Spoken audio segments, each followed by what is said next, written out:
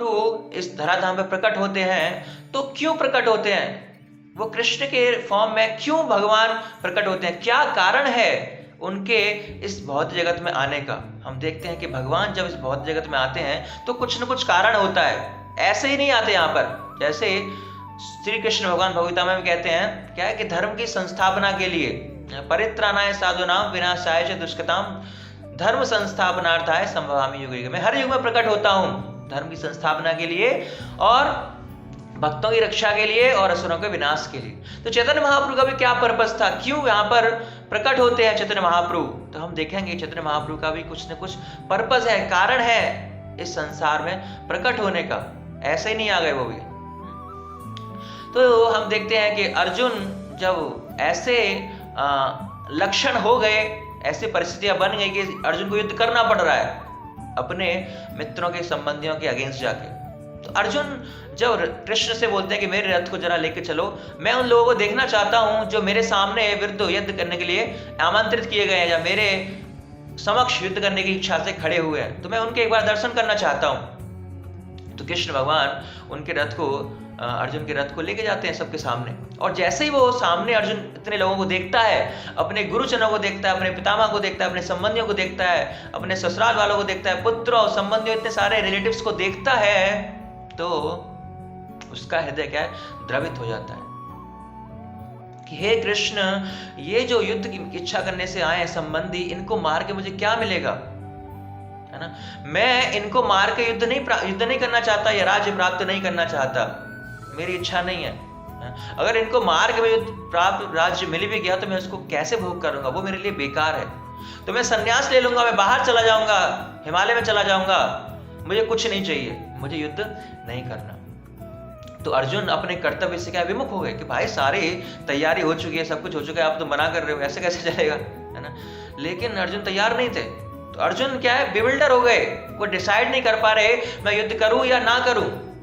तो फिर वो अपने आप को कृष्ण भगवान को समर्पित करते हैं। शिष्यतम साहिमात्वाम प्रपन्नम, कि मैं आपकी शिष्यता स्वीकार करता हूं, आप मुझे बताओ कि मेरे लिए सही क्या है और गलत क्या है। तो तब कृष्ण भगवान उनको शुरू करते हैं प्रवचन देना। तो कहते हैं क्या तुम मूर्ख हो, तेरी बात कर रहे हो, पहले तो डांट लगाते हैं, क्या मूर्खों वाली बात कर रहे हो तुम, ऐसा थोड़ी ना होता है ना? तो युद्ध करना आपका क्या है, कर्तव्य है।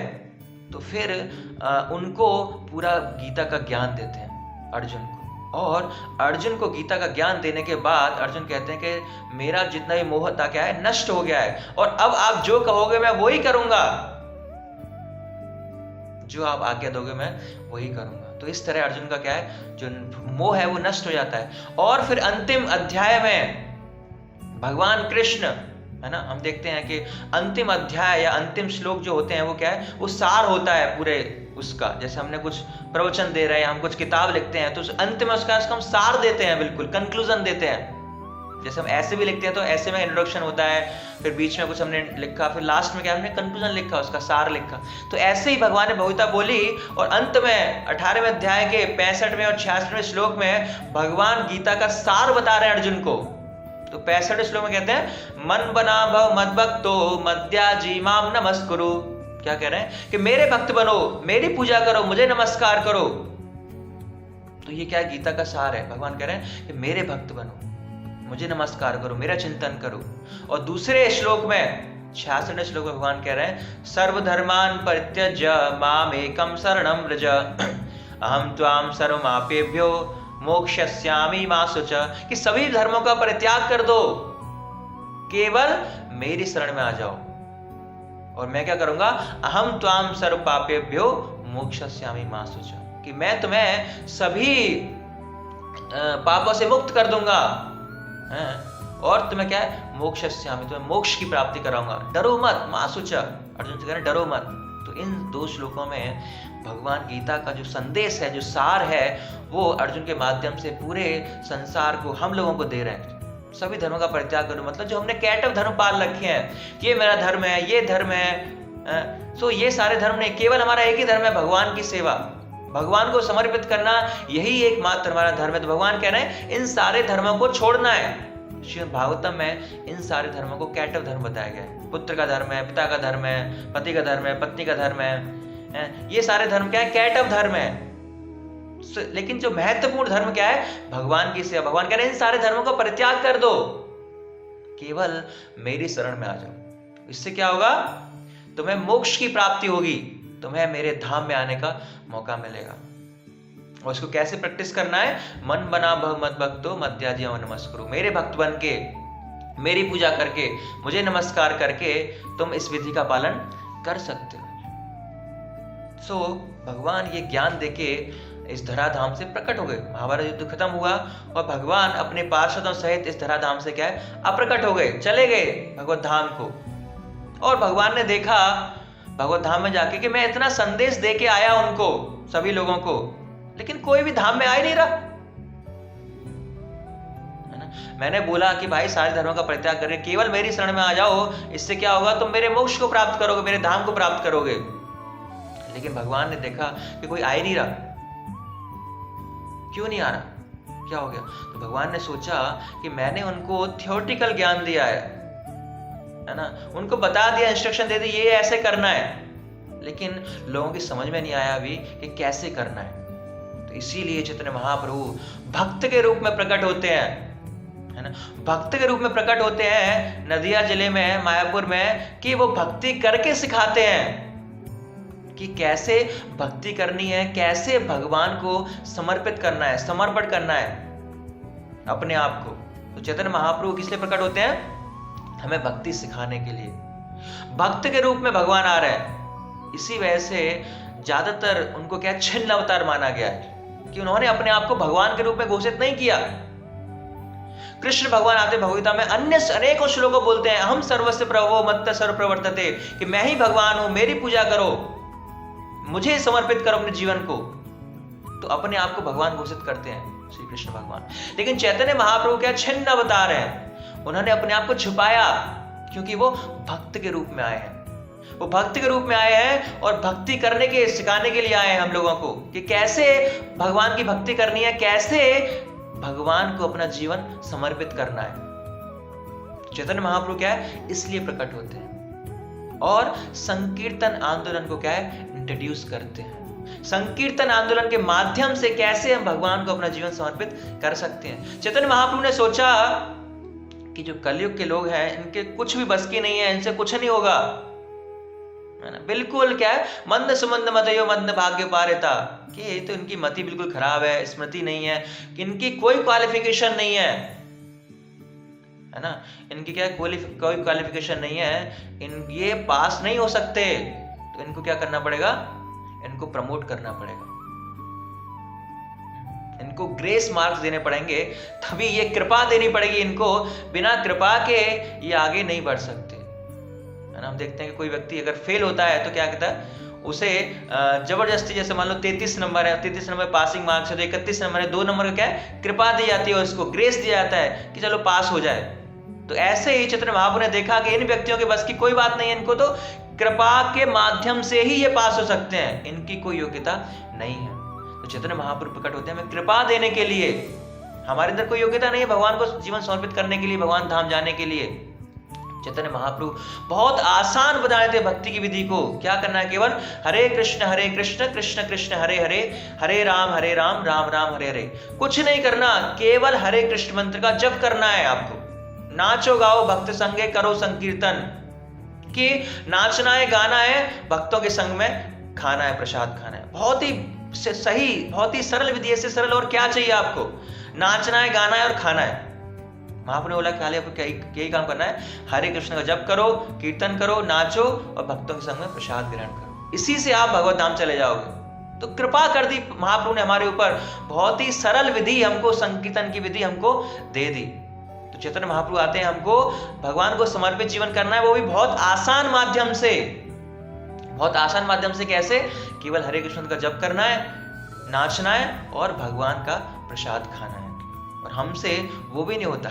हम इतने पतित हैं, इतनी कृपा कर दी महाप्रभु ने हमको, इतना सरल विधि बना दी संकीर्तन की विधि, लेकिन वो भी हमसे नहीं होती। सो हमें उन चैतन्य महाप्रभु की कृपा को क्या है? स्वीकार करना है। अब उस संकीर्तन आंदोलन को हमें स्वीकार करना है तो चैतन्य महाप्रभु के प्राकट्य का कारण क्या है कि उस सरल विधि को, है ना, उस सरल विधि को हमको देना, उस सरल विधि को देना और करके दिखाना। चैतन्य महाप्रभु ने करके भी दिखाया कि कैसे केवल हरिनाम संकीर्तन माध्यम से, केवल प्रसाद को ग्रहण करके, केवल नाच के गा के खा के हम भगवान को अपना जीवन समर्पित कर सकते हैं। तो चैतन्य महाप्रभु ने व्यवहारिक रूप से दिखाया और उनके पार्षदों ने उनके जीवन से दिखाया कि कैसे इस विधि का पालन करके हम भगवान को प्राप्त कर सकते हैं, कैसे हम भगवान कृष्ण कॉन्शियस रह सकते हैं, कृष्ण चेतना में हमेशा रह सकते हैं, कैसे हम भगवान को जीवन समर्पित कर सकते हैं। तो चैतन्य महाप्रभु के प्राकट्य के कारण यही था कि हम बद्ध जीवों के उद्धार के लिए सबसे कृपालु अवतार, सबसे मर्सीफुल इनकार्नेशन क्या है? चैतन्य महाप्रभु है। ग्रेस दे रहे हैं, बिना क्वालिफिकेशन के हमको भक्ति दे रहे हैं। तो ये एक कारण था। एक और कारण था चैतन्य महाप्रभु के आने का कि जब राधा रानी भगवान कृष्ण की सेवा करती हैं तो कृष्ण भगवान ने ऑब्जर्व किया कि राधा रानी को बहुत आनंद मिलता है और कितना आनंद मिलता है राधा रानी को, इसका अनुमान तो साक्षात कृष्ण भी नहीं लगा सकते। क्योंकि अब किसी व्यक्ति को मेरी सेवा करके कितना आनंद मिल रहा है मुझे कैसे पता पड़ेगा? भगवान भी अपने आप को क्या है, अपूर्ण महसूस कर रहे हैं कि मुझे सब कुछ पता है, लेकिन एक चीज नहीं पता केवल कि राधा रानी को मेरी सेवा करके कितना आनंद मिल रहा है, वो भगवान को भी नहीं पता। क्योंकि भगवान अपनी सेवा तो खुद नहीं कर सकते ना, कि अपनी सेवा करके मुझे कितना आनंद मिलेगा। तो दूसरे भक्तों को, राधा रानी को भगवान की सेवा करके कितना आनंद मिल रहा है वो भगवान को भी नहीं पता। सो भगवान अपूर्ण है, इसी वजह से इस पूर्णता को जानने के लिए कि राधा रानी को मेरी सेवा करके कितना आनंद मिलता है, उन्होंने क्या किया कि राधा रानी का भाव चुरा लिया, है ना। और गौरांग, वो गौरांग महाप्रभु क्या कृष्ण है, लेकिन राधा रानी का भाव चुरा लिया तो वो गौर वर्ण में आ गए और गौरांग महाप्रभु के रूप में प्रकट हुए। तो गौरांग महाप्रभु क्या राधा कृष्ण का युगल अवतार है। तो इसी वजह से हम क्या गौरांग महाप्रभु की अकेले वर्शिप करते हैं, राधा कृष्ण की हम युगल रूप में वर्शिप करते हैं, लेकिन गौरांग महाप्रभु की हम अकेले वर्शिप कर सकते हैं क्योंकि वो युगल अवतार है। तो गौरांग कृष्ण क्या है, राधा रानी का भाव चुराकर गौरांग भगवान के रूप में प्रकट होते हैं और भगवान की सेवा करते हैं। राधा रानी, जैसे राधा रानी कृष्ण के वियोग में हमेशा भगवान की सेवा करती है, भगवान का चिंतन करती रहती हैं, इसी तरह चैतन्य महाप्रभु का भी जीवन रहता है। हम देखते हैं अंतिम दिनों में चैतन्य महाप्रभु का पूरा जीवन कृष्ण की सेवा के लिए, हमेशा कृष्ण का स्मरण कि कहाँ है कृष्ण, कहाँ है कृष्ण। वियोग में जैसे राधा रानी वियोग में, ऐसे चैतन्य महाप्रभु क्या है कृष्ण के वियोग में अपनी लीलाएं करते हैं और उस रस का आस्वादन कर रहे हैं। सो भगवान अपनी सेवा का आस्वादन कर रहे हैं कि कितना आनंद मिल रहा है। तो ये भी उनका एक प्राकट्य का कारण है कि उन्हें नहीं पता कि राधा रानी को उनकी सेवा करके कितना आनंद मिल रहा है, तो वो जानना चाहते हैं कि राधा रानी को मेरी सेवा करके कितना आनंद मिलता है। तो वो राधा रानी का भाव चुराते हैं और गौरांग रूप में प्रकट होते हैं और भगवान कृष्ण की सेवा करते हैं। तब उन्हें पता चलता है कि हाँ, कि कृष्ण की या मेरी सेवा करके राधा रानी को कितना आनंद मिलता है। तो जो चैतन्य महाप्रभु के प्राकट्य के दो प्रमुख कारण हैं जो हमने डिस्कस किए। पहला कारण है उस संकीर्तन आंदोलन को इंट्रोड्यूस करने के लिए, हमें भक्ति सिखाने के लिए। जो कृष्ण भगवान है वो तो थियोरेटिकल ज्ञान देकर चले गए, लेकिन उसको प्रैक्टिकल व्यवहारिक कैसे बनाए, तो वो चैतन्य महाप्रभु में सिखाते हैं। नाच के, गा के, खा के, संकीर्तन करके, है ना, भगवान की सेवा करके और प्रसाद ग्रहण करके, भगवान के संकीर्तन में नाच के, नृत्य करके हम भगवान को अपना जीवन समर्पित कर सकते हैं, भगवान को सरेंडर कर सकते हैं और इसी जन्म में हम भगवान की प्राप्ति कर सकते हैं। तो इसी बात को बताने के लिए, सिखाने के लिए चैतन्य महाप्रभु भक्त के रूप में अवतार लेते हैं। और दूसरा, भगवान को पता नहीं है कि राधा रानी को क्या आनंद मिलता है मेरी सेवा करके, तो इसीलिए वो राधा का जो भाव चुराते हैं और गौरांग रूप में प्रकट होते हैं और भगवान कृष्ण की सेवा करते हैं। तब उन्हें पता लगता है कि राधा रानी को मेरी सेवा करके कितना आनंद मिलता है। तो ये चैतन्य महाप्रभु के प्राकट्य के दो कारण हैं। इसी वजह से चैतन्य महाप्रभु इस कलयुग में प्रकट होते हैं।